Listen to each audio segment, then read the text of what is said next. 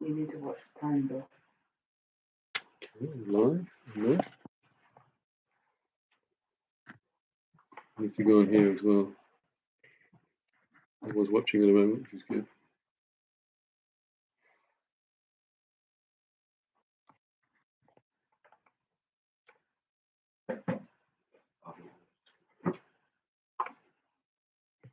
How to go live?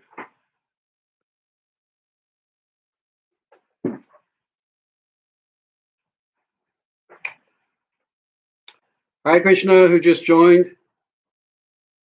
2 people, great. So we'll make a start. Let's see who we've got here.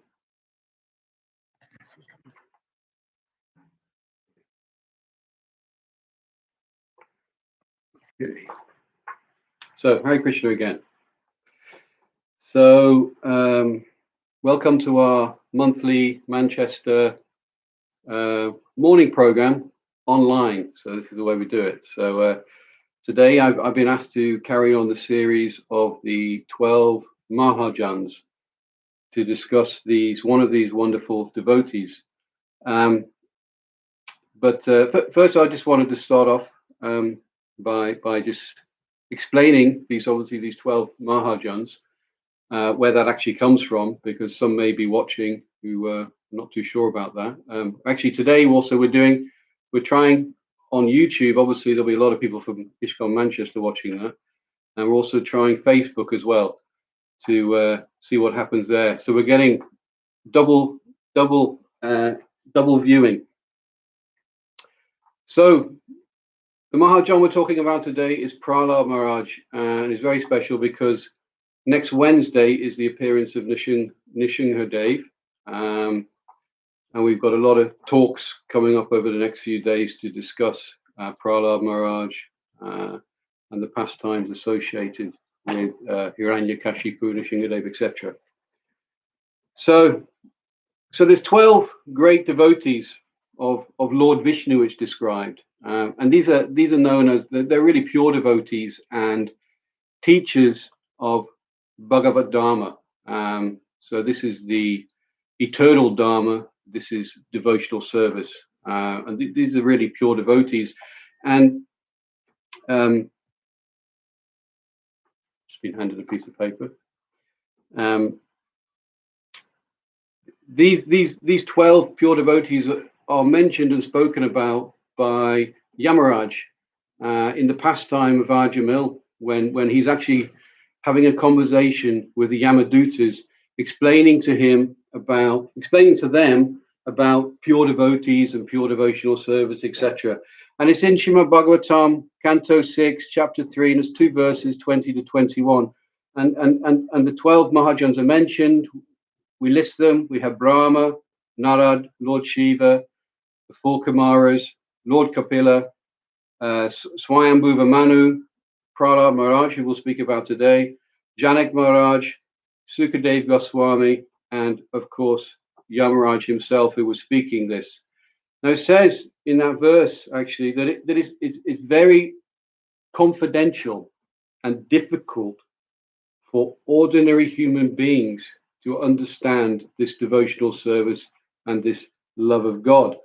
But it also says, if by chance one becomes fortunate to understand it, he will immediately become liberated and return back home.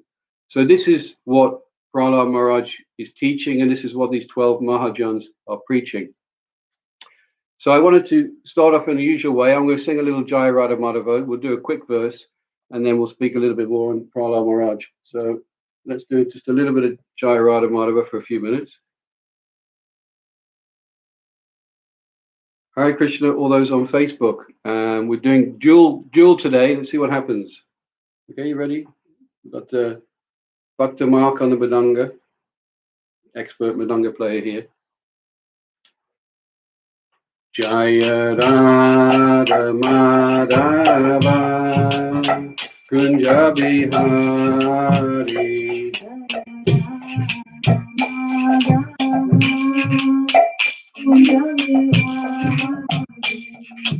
Gopi Janabala Girivardhari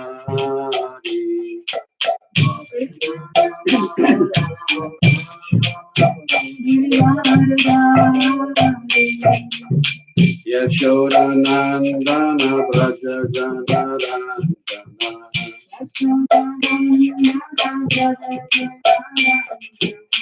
Yamuna Tira Dhanachari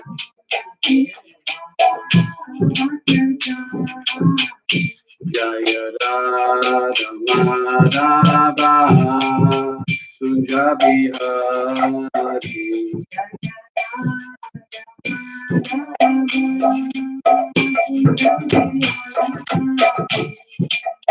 Sri Ganabala Girivardhari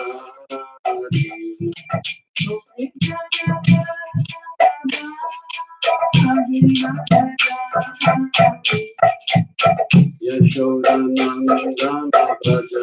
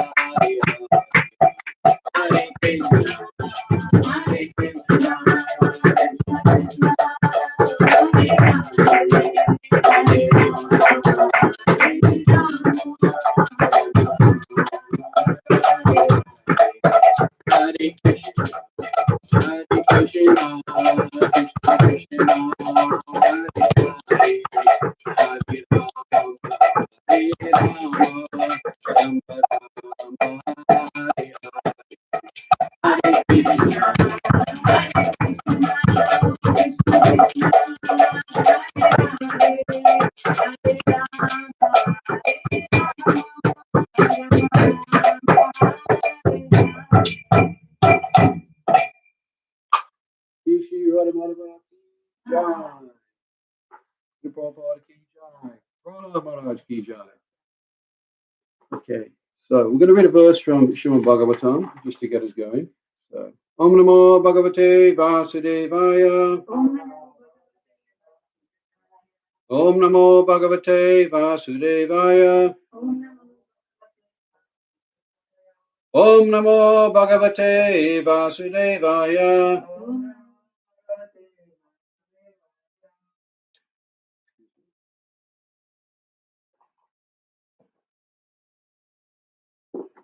So we're reading from Srimad Bhagavatam, Canto 7, Chapter 4, verse 30, if anyone wants to follow along. So this chapter is entitled The Science of God, very aptly. And this whole canto is the pastimes of Prahlada Maharaj, Hiranyakashipu, Narad Muni speaking a lot as well within that.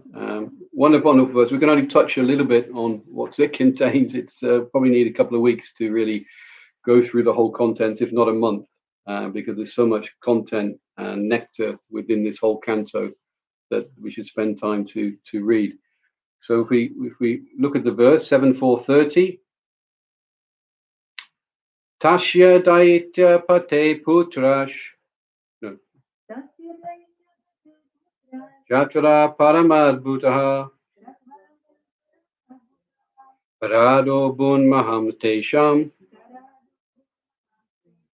Gunaye Mahar Upasakaha Tasya Daitya Pate Putrash Chatvaraha Paramadbhutaha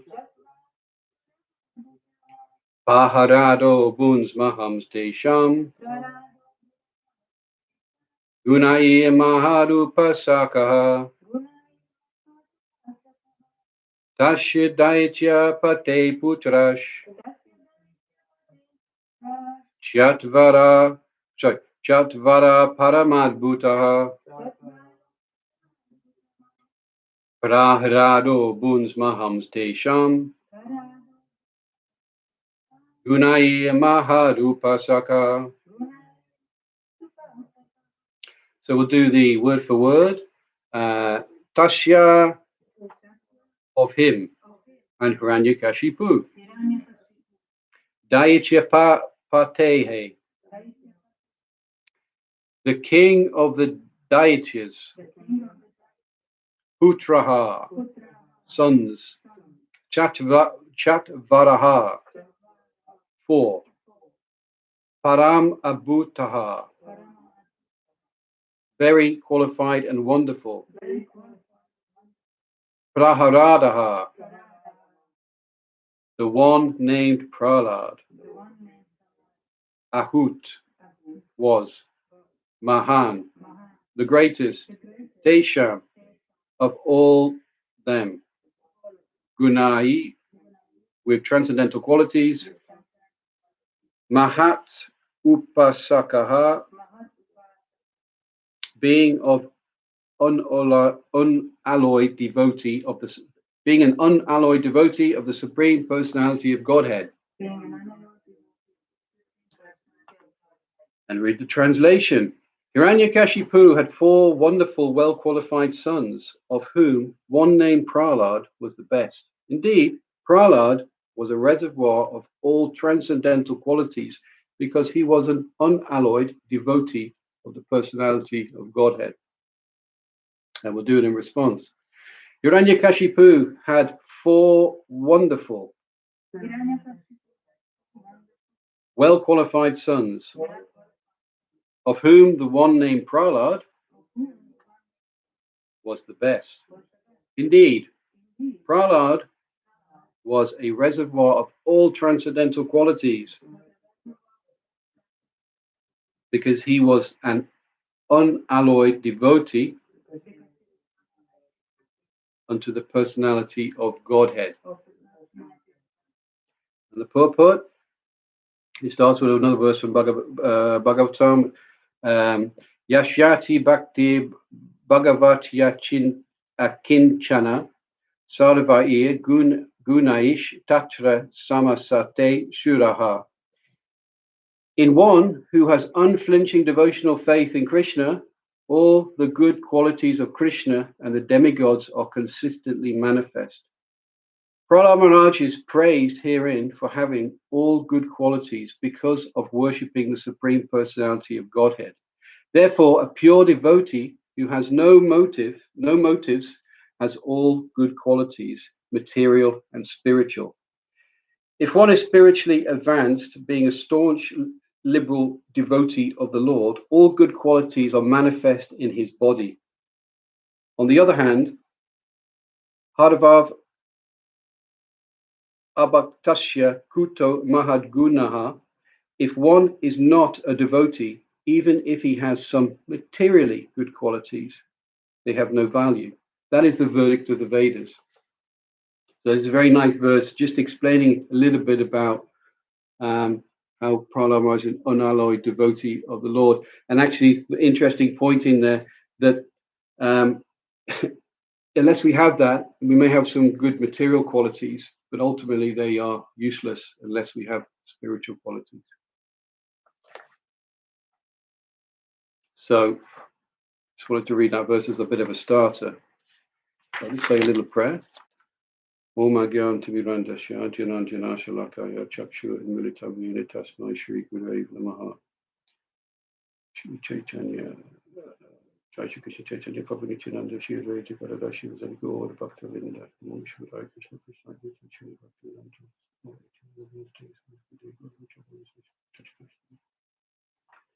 Okay, so Hare Krishna again. So Prahlada Maharaj, a very young devotee. In the pastimes we hear about initially was when he's approximately 5 years old, an amazing devotee at that age. He was born in a family of atheists, not just your typical atheists, but very, very stubborn atheists, who staunch atheists who have absolutely no chance whatsoever to take any devotion on whatsoever, headed by obviously Hiranyakashipu. Now, in this world, there are generally two kinds of men.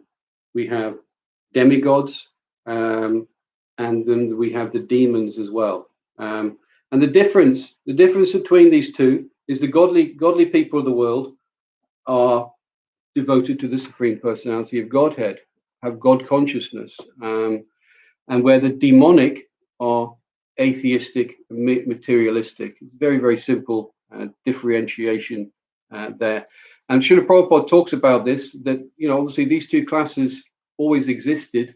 They existed before and they exist now. And because of the age of Kali, at the moment, we certainly have a larger number of demons within the world, and less demigods, those with godly qualities, we can say, but those more with demonic qualities. Now, Prahlada Maharaj's pastimes, they didn't happen recently. They happened millions of years ago, actually. So at that time, godly qualities were very, if you had godly qualities, they were very, very, very, very high, of a very, very high level. So as we mentioned, Prahlada Maharaj being the son of Hiranyakashipu, but Hiranyakashipu, I talked about this last year, and really this whole pastime, well, it's a wonderful pastime, and I personally very much enjoy it. I'm sure everybody does. There's so much to learn from it. Hiranyakashipu, the most powerful demon in the world, in the universe at that time, through his 10,000 years of meditation and tapasya, and during that time, he requested his boon from Lord Brahma, and Lord Brahma granted him the special boon to give him some sort of immortality. So it meant that everyone from the demigods down to the lower planets in the material worlds were terrified of Hiranyakashipu. And Hiranyakashipu, he continued to terrorize all the inhabitants of the whole of the universe, and nobody knew what to do. And this was before, this is before. I think it was a little bit before Prahlada Maharaj was there, because as we read in the verse that Hiranyakashipu actually had 4 sons. So this came a little bit after this terrorizing. But when it got to a point where Hiranyakashipu was terrorizing the whole inhabitants of the whole universe, that people didn't know what to do. They were fearful, they were disturbed, and they got to a point where they thought, okay, it's time.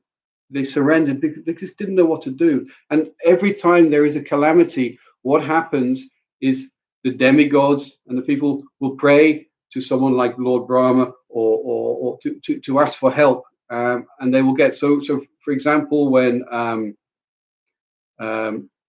Lord Chaitanya appeared, there was many prayers going on so that he would appear. When Krishna appeared, everyone is praying, let's get Krishna to appear. So at the same time, all the demigods, everyone, they prayed for some help of what can we do here, because it was an absolutely impossible situation.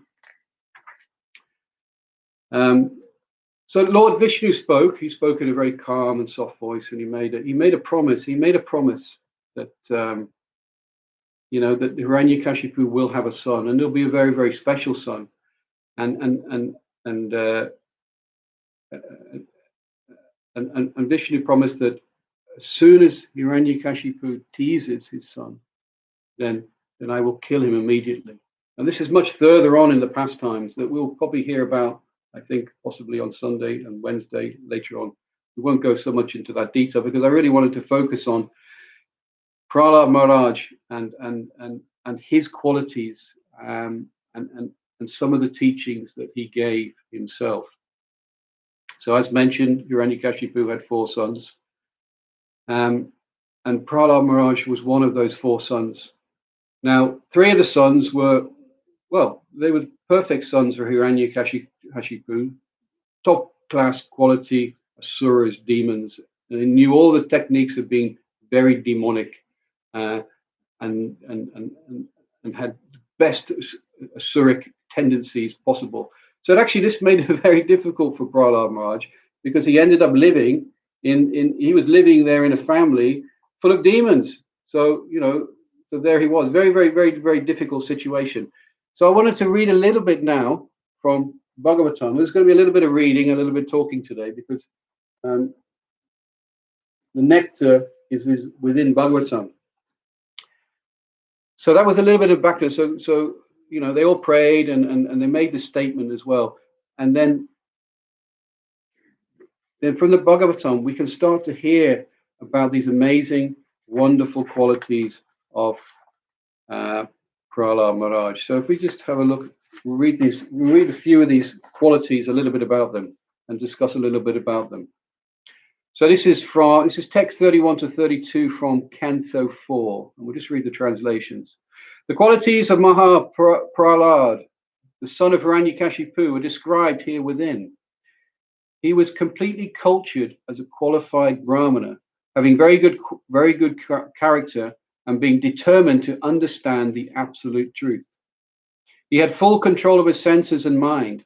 Like the super soul, he was kind to every living entity and was the best friend of everyone. To respectable persons, he acted exactly like a menial servant. To the poor, he was like a father. To his equal, he was attached like the sympathetic brother. And he considered his teachers, spiritual masters, and older god brothers to be as good as the Supreme Personality of Godhead. He was completely free from unnatural pride that might have arisen from his good education, riches, beauty, aristocracy, and so on. So Prahlada Maharaj was actually in a wonderful position. He was, because Hiranyakashipu was, he controlled the world, so he had all the riches of the world at that time. And anyone really in that situation, it's very highly likely that they may get corrupted.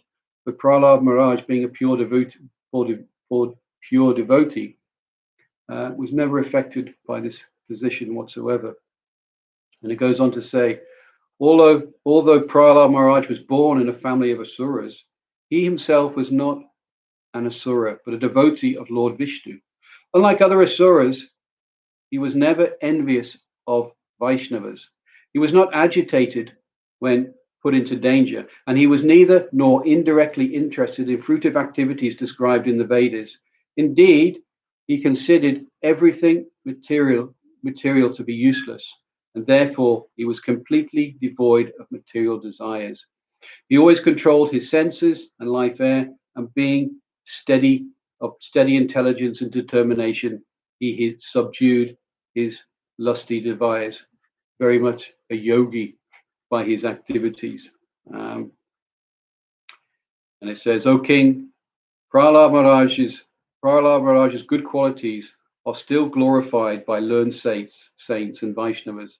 As all good qualities are found existing in the Supreme Personality of Godhead, they also exist forever in his devotee Prahlada Maharaj.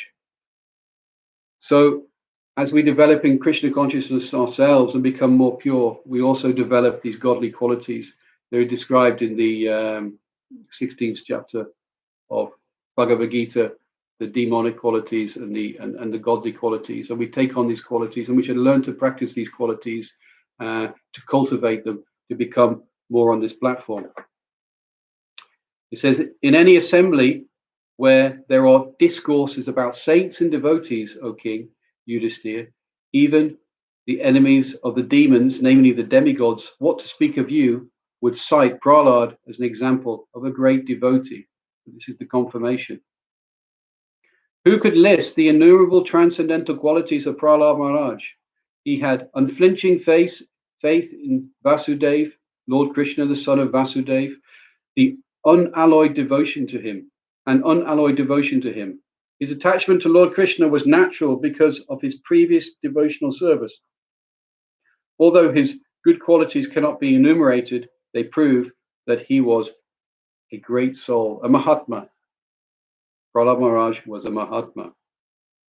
From the beginning of his childhood, Prahlad Maharaj was uninterested in childish playthings. Indeed, he gave them up altogether and remained silent and dull, being fully absorbed in Krishna consciousness. Since his mind was always affected by Krishna consciousness, he could not understand how the world goes on, being fully absorbed in the activities of sense gratification. So these are just some of the qualities. We can continue to read these. There's a whole section that discusses so many more good qualities. But because he had these good qualities, Hiranyakashipu, he couldn't stand it. He hated it so much because he was so disappointed. He wanted a demon son who would follow in his footsteps. So he was very, very disturbed, and he was the odd one out, and he got tormented by his father. But what Hiranyakashipu, we know that Prahlad Maharaj is a pure devotee, but Hiranyakashipu would not accept that. So he tried so hard through material education. What he did, he sent his child to school. He went to Gurukul. He actually he spoke with his spiritual master, Shukracharya, and Shukracharya had two sons, Shanda and Amaka. And Shanda and Amaka were teachers, and they ran a school, a really, really good Gurukuli, but for demonic people, for the asuras. So Hiranyakashipu thought, I'll send my son there. Everything will be solved. I'll train him up, no problem, and he'll become the best son that I could possibly have there. He went there and started to take on education. He learned topics like economics, politics. But the problem with politics is that Prahlad Maharaj knew that he had to see people differently. He had to see a friend and enemy. He had to differentiate. He didn't like that, you see, because Prahlad Maharaj had realized the super soul within the heart. And when somebody realizes the super soul within the heart, then he sees everybody as equal.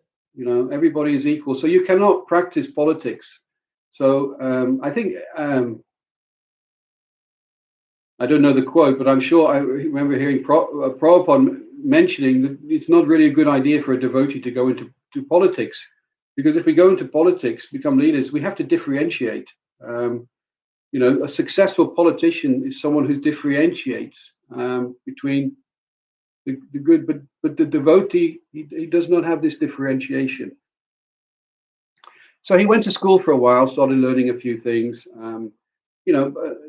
The point also, because he was a devotee, he was well mannered, he was well behaved, and he accepted the teachings, not accepted within his heart, but he would sit down and he would be a very, very good student, even though within his heart he still had Krishna within his heart. He wouldn't accept it within his heart, but he would be a good student. So after that, his father then thought, okay, let's find out how this education has been going.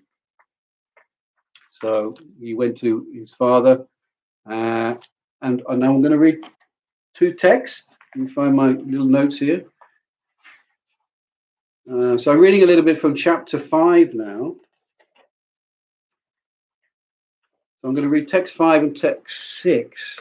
So yeah, Hiranyakashipu, he asked his son what he has learned, and Prahlada Maharaj, he replied, he said, Prahlada Maharaj replied, "O best of the Asuras, king of the demons, as far as I have learned from my spiritual master, any person who has accepted a temporary body in a temporary household life is certainly embarrassed by anxiety because of having fallen in a dark well where there is no water but only suffering. One should give up this position and go to the forest Vana. More clearly, one should go to Vrindavan, where only Krishna consciousness is prevalent, and should thus take shelter of the Supreme Personality of Godhead." And then Narayana Muni was actually speaking at this time, and then he goes on to say, when Prahlada Maharaj spoke about the path of self-realization in devotional service, thus being faithful to the camp of his father's enemies, Hiranyakashipu, the king of the demons, heard Prahlada Maharaj's words, and he laughingly said, Thus is intelligence of children spoiled by the words of the enemy. So he couldn't understand, he really wasn't too happy about what he was saying these as a response. But at the same time, he was thinking, well, what's gone wrong? What's happened? Why is my son speaking such nonsense? And at that time, he was thinking that it's the other children in the school. It must be the other children in the school who are corrupting. There must be some spy within the camp who's corrupting his mind and putting all this devotional service nonsense within him. So after that, what happened was Hiranyakashipu decided he got Shanda and Amaka back in his palace, wherever that may be. And he said to him, okay, listen, we have this problem here. There's some people in the school causing trouble. I want you to put Prahlada Maharaj personally under your protection and make sure this doesn't happen again. And off they went again. And then he went back to school again. But Shanda and Amaka, they weren't convinced by this. They were like, well, something's not quite right here. This is my school. I know what's going on. I understood the different types of students who were there. So Shanda and Amaka, they then asked Prahlada Maharaj directly. He said, so what is this all about? Where are you getting these teachings from? And then Prahlada Maharaj, he responded.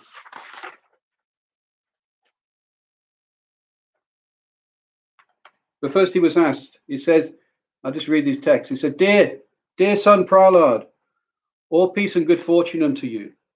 Kindly do not speak lies, just reply with the truth. These boys, you see, are not like you, for they do not speak in a deviant way. How have you learned these instructions? How has your intelligence been spoiled in this way? And then Prahlada Maharaj replied, Prahlada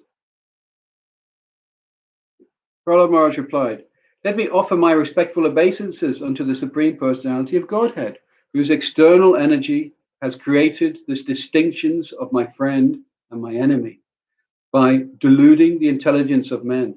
Indeed, I am now actually experiencing this, although I have previously heard it from authoritative sources. When the Supreme Personality of Godhead is pleased with a living entity because of his devotional service, one becomes a pandita and does not make distinctions between enemies, friends, and himself. Intelligently, he thinks every one of us is eternal, is an eternal servant of God, and therefore we should not differ from one another. Persons who always think in terms of enemy and friend are unable to ascertain the super soul within themselves, not to speak of them. Such exalted persons as Lord Brahma, who are fully conversant with the Vedic literature, are sometimes bewildered in following the principles of devotional service. The same Supreme Personality of Godhead has created this situation, has given me the intelligence to take the side of your so-called enemy. Oh, Brahmanas, so the teachers were Brahmanas, demonic Brahmanas. And he says, as iron attracted by a magnetic stone moves automatically towards a magnet, my consciousness, having been changed by his will, is attracted by Lord Vishnu, who carries the disc in his hand. Thus I have no independence. So Prahlad has spontaneous love of Krishna. And this nice example of the magnet. So Prahlad is automatically attracted to Lord Vishnu. It's very, very, very, very beautiful, that explanation that we have that. So anyway, Shanda and Amaka, they had their orders. They had to train him in the best way they can because they were pretty fearful of Hiranyakashipu. So back they went, and off they went back to school again to do more teaching and more training. So but this time we had a few more different subjects to maybe that would break this unalloyed devotion. And they taught things like diplomacy, but as Prahlad Maharaj is speaking, then you can't differentiate between foe and friend, so they're really wasting their time. Pacifying public leaders. They talked about giving these really, really lucrative posts to the diplomatic leaders, so bribery and corruption and all this good stuff. Methods of dividing and ruling, and the techniques in very horrendous punishments, how to punish people in the most painful way. These were all the techniques that were taught at this very nice demonic school. But as I said, Prahlad was a good student. He still he still sat down and learned and tried to learn these things and was very obedient. This was the frustrating thing about it. But as we described, the magnet is all automatically pulled towards Vishnu because it's within his heart. So there was more training and everything that went on. So this time they thought, oh, okay, we've done it now. Finally, we've broken Prahlad Maharaj. He's finally moved. We got it. We're done with him. And his mother, Prahlad Maharaj's mother, decided, got to a point now. He dressed him very nicely, put a nice tie on him, made him look very, very, very, very good son. Because it was time to have another audience with his father. And his father asked again. He asked a few times through this past time. He asked again. So what have you learned this time? And we can read Prahlad Maharaj's reply.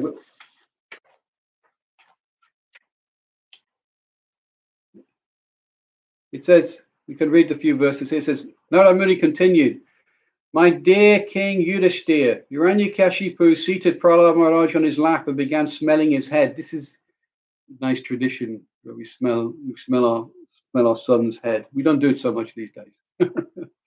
With affectionate tears gliding down his eyes and moistening the child's smiling face, he spoke to his son as follows. He had strong attachment to his son, so he really wanted this to succeed.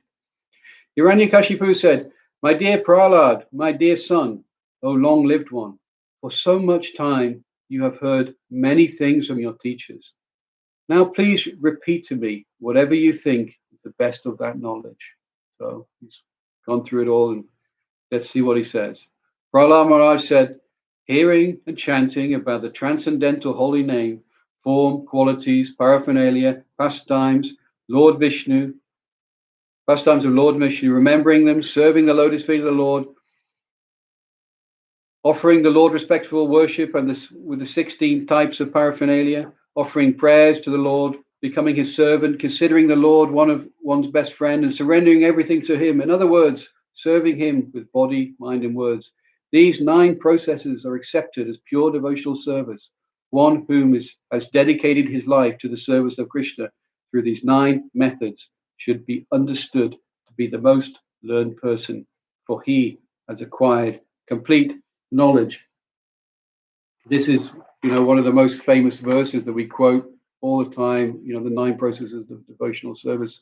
This is where it came from. Shravanam Kirtanam Vishnu, Smaranam Padasevanam, Archanam Vandanam Dasyam, Sakyam Atma Nivedanam.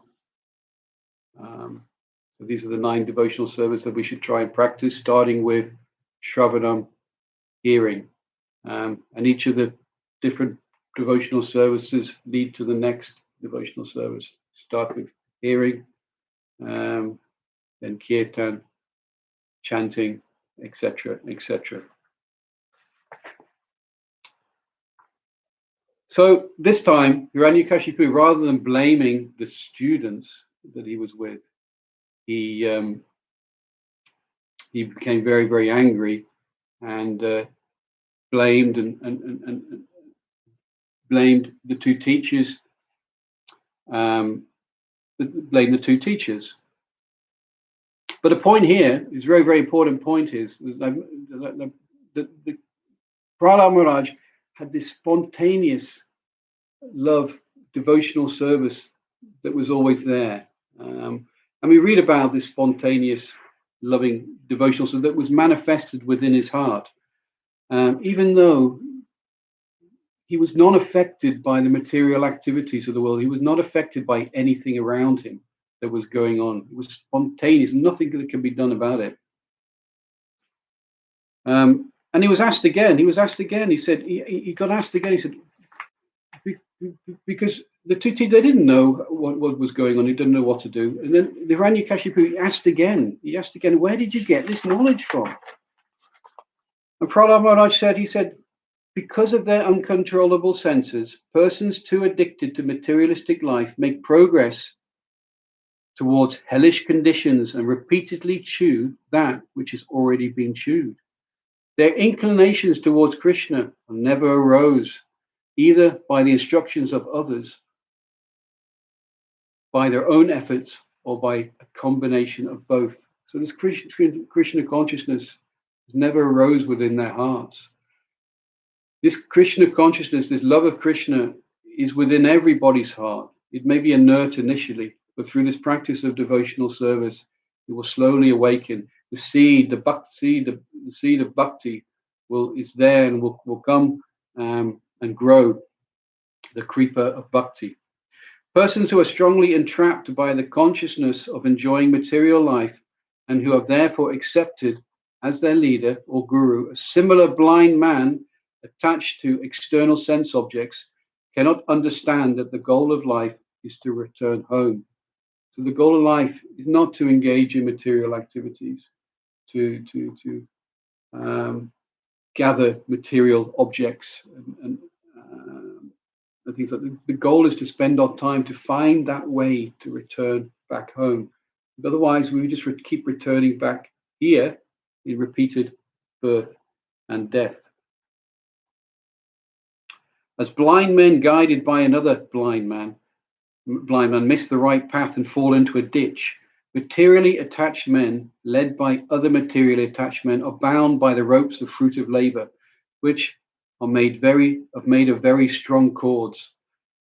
These strong cords, we talk about it, the 3 modes of material nature, the modes of goodness, passion, and ignorance, which bind us to this material world,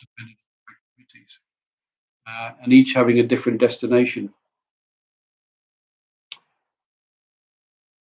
And they continue again and again in materialistic life, suffering the 3-fold miseries.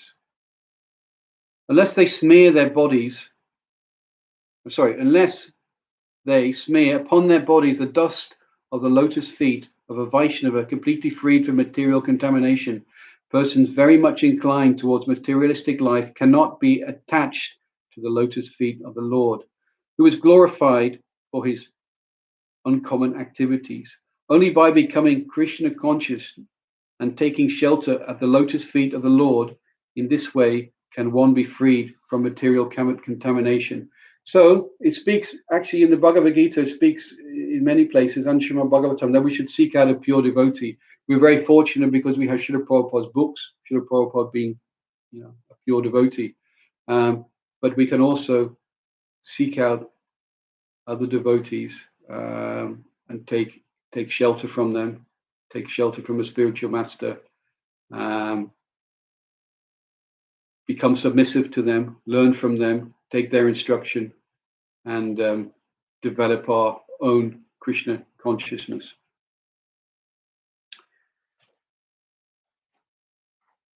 So, you're speaking to someone, Hiranyakashipu speaking and asking his son, and that was it. This was the final straw. And he said, he decided now that his son must be killed because there was nothing, he understood there was nothing he could do about this anymore.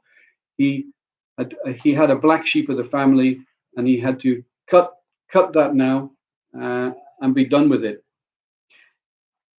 He speaks this verse. I love this verse. The way Hiranyakashipu. He says, although a medicinal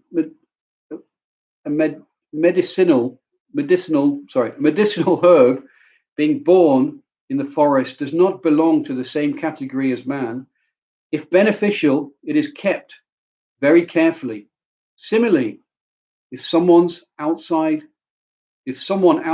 one's family is favorable, he should be given protection like a son. On the other hand, if a limb of one's body is poisoned by disease, it must be amputated so that the rest of the body may live happily. Similarly, even one's own son, if unfavorable, must be rejected, although born of one's body. So, he got to a point where he would do anything. And many of us, we all know the pastime about what happened to Prahlada Maharaj now. Initially, he was in the palace with his demonic servants, and the first thing he said was, chop him up, pierce him, and this was the first thing they tried with him. But the pitchforks and the spears, they actually just bounced off him and bent at the end, because Prahlada Maharaj was completely protected by his devotional service. And then the many methods Hiranyakashipu tried to kill him, throwing him under elephants, throwing him in pits of pits full of snakes, special yogic destructive spells to try and blow him up, and all that type of stuff, hurling him from big hills, illusionary tricks, poison, tried to starve him, burning him, drowning him. They tried everything to kill him, but every time he would just put his hands together and pray, and he would be protected by the Supreme Personality of Godhead, which is, this is the nice benefit of being a pure devotee. So whatever they tried, they could not hurt Prahlada Maharaj. And there was a couple of other verses.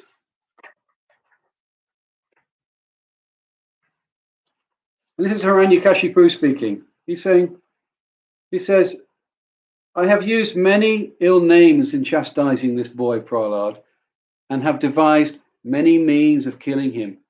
But despite all my endeavors, he could not be killed. Indeed, he saved himself by his own powers, without being affected in the least by these treacheries and abominable actions. So he thought that Prahlad had his own supernatural powers. Although he's very near to me and is merely a child, he was 5 years old, he is situated in complete fearlessness. He resembles a dog's curved tail, which can never be straightened, because he never forgets my misbehavior and his connection with his Master, Lord Vishnu. I can see that this boy's strength is unlimited, for he has not feared any of my punishments. He appears immortal. Therefore, because of my enmity towards him, I shall die, or maybe this will not take place.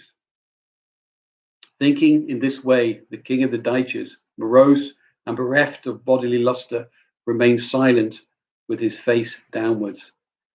Then Shanda and Amaka, the two sons of Shukracharya, spoke to him in secret. It was a bit of a futile situation for Hiranyakashipu, because he really tried everything to train him, to kill him, and he really didn't know what to do now. But the two teachers spoke to him privately in secret, and they said, Prahlada Maharaj, he's only a young boy of 5 years old. We shouldn't have any anxiety about him. We shouldn't be so concerned. We can take him back to school, and as he gets older, he will grow up. He will become an adult, and over the years, we are sure that he will be trained as what is required and lose this nonsense. Children are very pure and uncontaminated. So at that age, Prahlada Maharaj, we'll mention this a little bit later, Prahlada Maharaj talks about the teaching, how children at that age should really be trained the best they can, because this is the time when they can really take on this Krishna consciousness. As we get older and beyond, it becomes more and more difficult. But the teachers and Hiranyakashipu were thinking that, okay, let's give it time and let's see what happens. Let's give him more training, and I'm sure we will get there as time goes by. So he was back in school, and he was and what they decided, that they would instruct him in the occupational duties of the royal householders this time, because obviously he was part of a royal family, self-made royal family of Hiranyakashipu.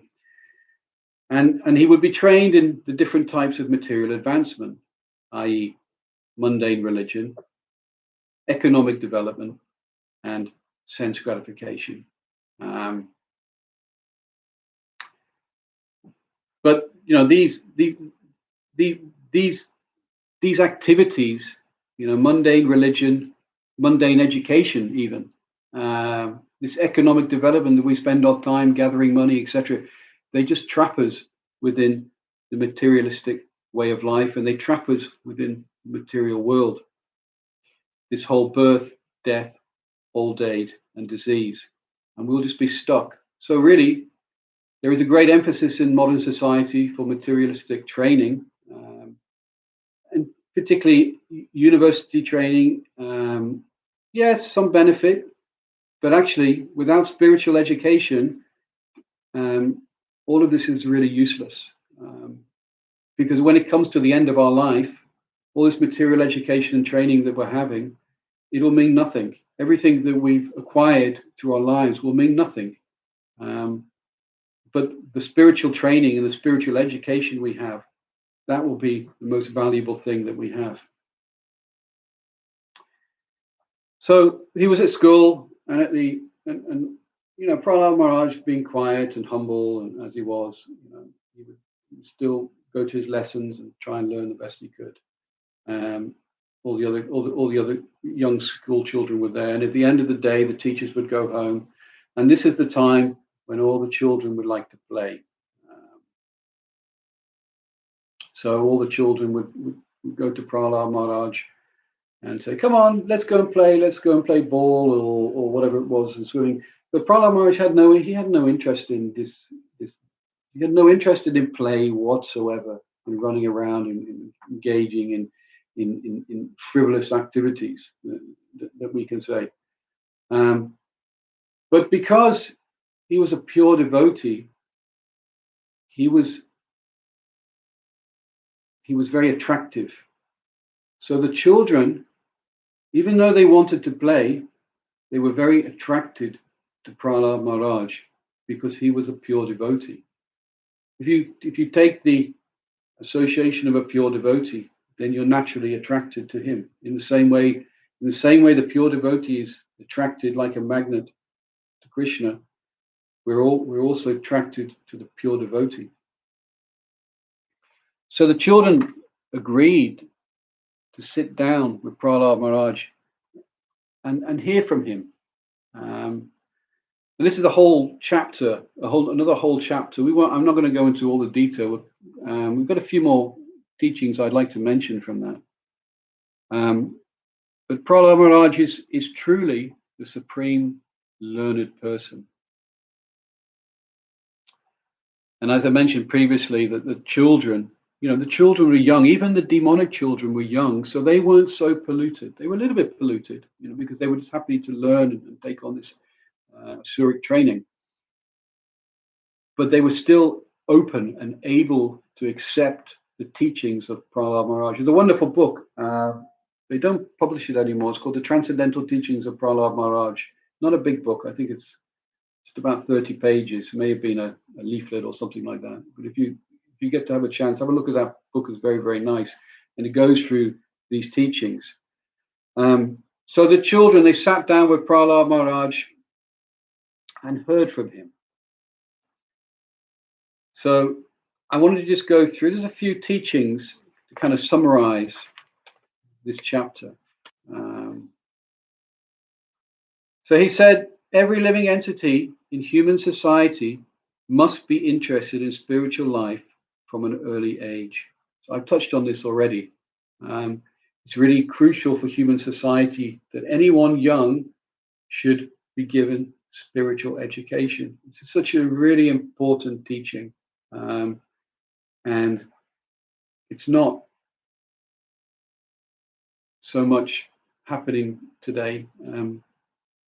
Most mundane education is really about how much money you can earn, be the top of your class, and because the reality of life today is you need to earn a certain amount of money to look after yourself, and if you don't get that money, then we don't have a society set up where we can, this is where we move on to Varnashram Dharma, this type of system. This is something that Prabhupada discussed and wanted to certainly develop within society. The main point of this is that we cannot, when we get to an old age, we cannot learn spiritual life. We're too molded into the materialistic way of life that it becomes too late. I think Prabhupada gave it, didn't he say you need a certain amount of years for chanting? 25 years? 30 years. Prabhupada said it took 30 years of chanting. So we need at least 30 years of chanting. And that's it for Prabhupada. So we should consider these points and consider what we're doing in our lives and try to maybe wind down our material lives and to concentrate. Prahlad Maharaj, he also taught when human beings are young, they should be taught. So this is following on from what I've been saying. These human beings are young. They should be taught that the Supreme Personality of Godhead is the worshipable deity of everyone. They should be told who God is, as the Supreme Personality of Godhead. We have a son, Mark, as many of you know, and that's whatever happens, we know that he knows that Krishna is the Supreme Personality of Godhead. I only found out when I was in my late 30s. So there's many years there of not really understanding. Maybe I had the conception of the man in the clouds with the white beard. This was the concept of God. But now, to these wonderful books of Srila Prabhupada's given and the association of devotees, we appreciate there's a personal God there with the name of Krishna who has pastimes and does different things. It's very, very nice. And then Prahlad Maharaj goes on to say, One should not be interested in material enjoyment, but only that which is easily obtainable. So we, through our karma, we are actually, we will only get what we are entitled to. So actually, there's no point working like asses and horses and dogs to try and achieve all this extra money. Because if we're entitled to it, it will come to us naturally. Whatever's easy, whatever's easily obtainable with the least effort, we should just accept for that situation. Otherwise we'd be laboring all our lives. And he said, because life is so short, every minute should be utilized for spiritual advancement. Not so easy. So many distractions. Maya is very clever. Maya is always there, giving us things to do. Even with this COVID-19, I'm having so much time on my hands, but I have no free time. My time is always filled with something, and it always seems like that. We think, oh, I have no time, and then I do change my activity to give myself more time, but then I realize I still have no time. So this is how precious time is. Don't put it off. Yeah, don't put off spiritual life. The story of Kailash. I won't tell the story, but we all know what happens. Narada Muni visits the devotee. So come on, time to go back home. Oh, I've got so many things to do. I've got my family to look after. I've got so many things to do. And in the end, time runs out. And we don't want to be in that situation. Engage in Shravanam Kirtanam Vishnu, devotional service. This is what he's teaching. This was probably the most important verse, actually, out of all the verses that we read. Because this is the duty of the living entity. Material education, which you touched on, material education is infected, actually, by the three modes of material nature. And as we mentioned, the three modes of material nature are the things that bind us to the material world. So we need to be careful which type of education we take. But spiritual education is transcendental and actually needed by the whole society. So on that note, because we have so many nice talks coming up, I will stop there. But if anyone does have a question or anything, I'll just give it a couple of minutes, because sometimes there's a bit of a delay on this WhatsApp. We're not on WhatsApp, YouTube and Facebook. And let's just see if anything comes through. Otherwise, I just want to thank you all for watching. We got Bhati Mataji, I've forgotten all your devotional names. Gaurunashad Prabhu. There's Prem Datri. Govinda Prabhu. Here we go. So we've got a message from here. It says, Hare Krishna Prabhu, thank you, your wonderful lecture. My question is, why Prahlada Maharaj took birth in a demonic family?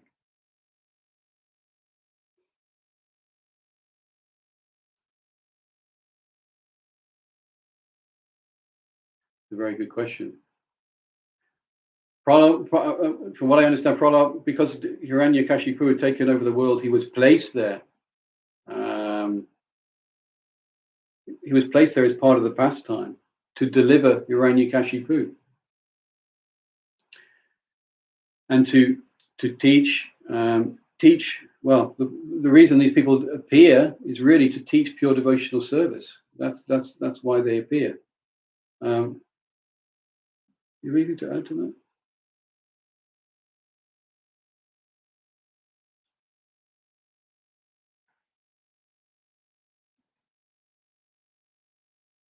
Yeah, I mean, okay, obviously, why he appeared? Because obviously, we said in the beginning that all the demigods and all the inhabitants of the world were praying for something to save them from this miserable situation.